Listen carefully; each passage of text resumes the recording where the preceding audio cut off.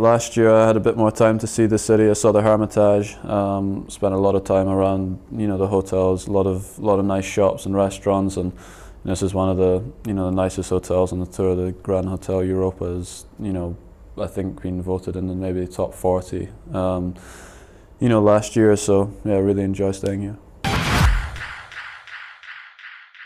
I think making the final of the US Open, obviously all players I think are remembered on how they do in the Grand Slams, and my match against Nadal in the semi-finals was one of the best matches that I've played, so probably getting to the final of the US was the best for me. The Australian Open and the Olympics were tough ones for me. Australian Open I lost in the first round to Tsonga, who has showed that he's not going to be coming up against him in the first round of slams anymore. He's a really tough player. Obviously went on to make the final there, and that was a hard one for me to take, because I'd won in Doha the week before and was feeling confident. And then obviously the Olympics, it comes around once every 4 years, and didn't play my best tennis. I didn't prepare particularly well for it, and they were the two things that I would have liked to have done better this year. The main thing is probably physical conditioning is much better this year. Been travelling with a fitness trainer to every tournament to make sure that when I'm at the tournaments I'm keeping up with the fitness work and getting stronger while I'm on the road, whereas in previous years I'd only done fitness really when I was back home and training. So that's been a big part of it, and also the guys that I have around me now, I'm really enjoying working with them.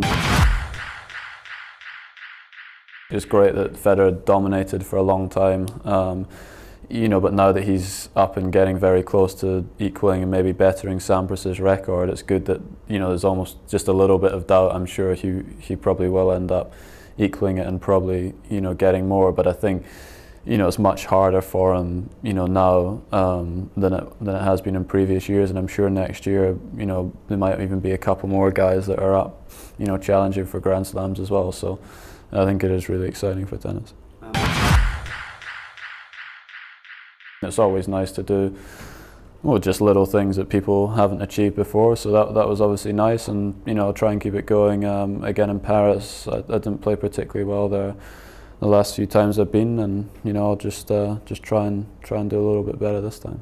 I think all of the top players really enjoy it. It's a great challenge playing against, if you want to win the tournament, you've got to beat 5 of the top 8 players in the world. So it's not too often you get where you have to play maybe Federer one day, Djokovic the next, and that doesn't happen too often. So it's going to be a great challenge, and I'll really look forward to it. I'll just try and enjoy myself and keep playing well.